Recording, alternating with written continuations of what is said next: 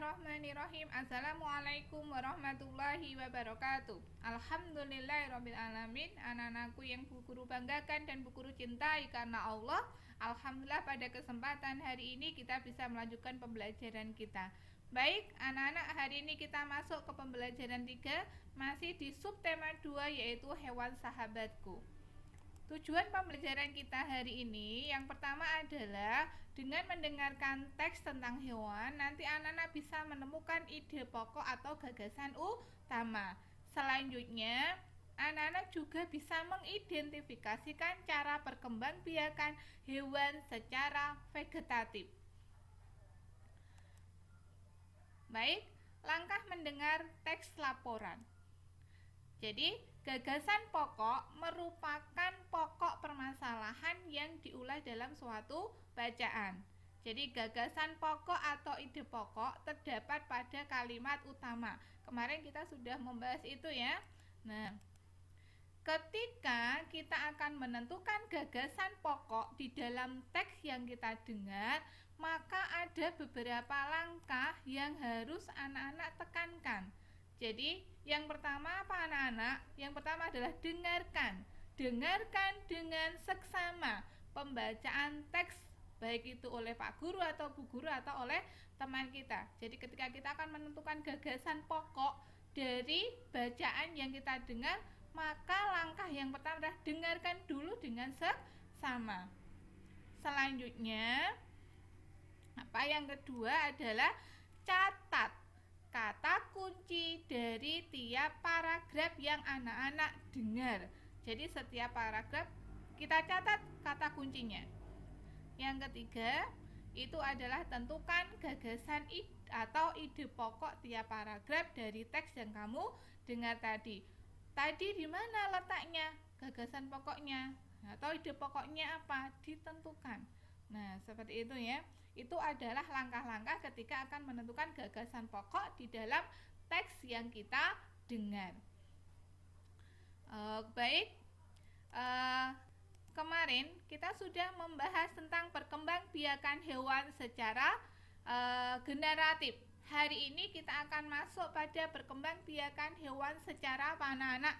Betul, secara vegetatif. Perkembangbiakan hewan secara vegetatif. Perkembangbiakan hewan secara vegetatif itu adalah merupakan perkembangbiakan tanpa melalui peristiwa perkawinan atau tidak kawin. Jadi, pada perkembangbiakan ini itu tidak terjadi yang namanya proses pembuahan antara sel kelamin betina oleh sel kelamin apa? Jantan. Jadi, dia perkembangbiakannya apa? Tidak kawin.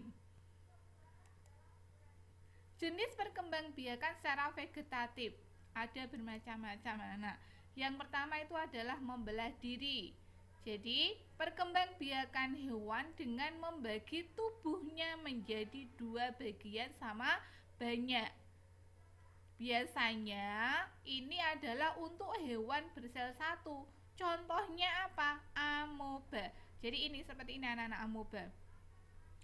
Pertama itu adalah persiapan amoeba membelah diri ya. Kemudian mulai apa ini? Mulai membelah. Kemudian akan terbentuklah inti sel memanjang.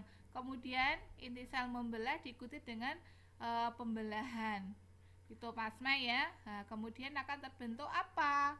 Sitoplasma membelah, terbentuklah amoeba baru. Itu adalah pada pembelahan amoeba membelah diri ya. Lanjut. Yang kedua itu adalah tunas. Apa tunas itu? Tunas adalah calon individu baru terbentuk dari tubuh induk yang menonjol. Tunas akan melekat pada induk hingga dewasa. Setelah dewasa, tunas akan melepaskan diri menjadi individu baru.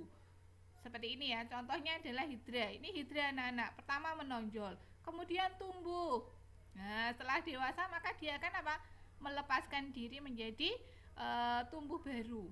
Ada lagi yang dinamakan dengan anemon laut. Ini loh anak-anak, anemon laut itu seperti ini ya. Itu perkembangbiakannya dengan tunas. Terus ada lagi yang dinamakan dengan fragmentasi. Apa itu fragmentasi? Jadi berkembang biaknya hewan itu dengan memotong bagian tubuhnya. Potongan tersebut akan tumbuh menjadi individu baru. Seperti ini anak-anak. 1 dipotong jadi 3. Dia akan menjadi individu baru. Ada lagi yang dinamakan dengan apa? Partenogenesi. Genesisi ya, partenogenesisi. Yaitu perkembangbiakan tanpa melalui perkawinan induk betina menghasilkan sel telur. Jadi induk betina itu menghasilkan sel telur anak-anak yang berkembang menjadi embrio tanpa proses pembuahan oleh sel kelamin jantan.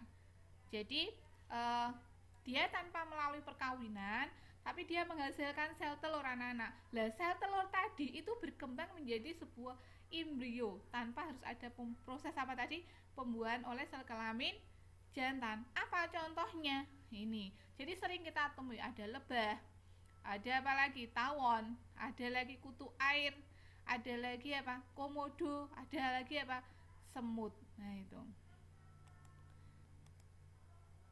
Baik, sekarang kalian sudah tahu ya kan perkembangbiakan secara vegetatif.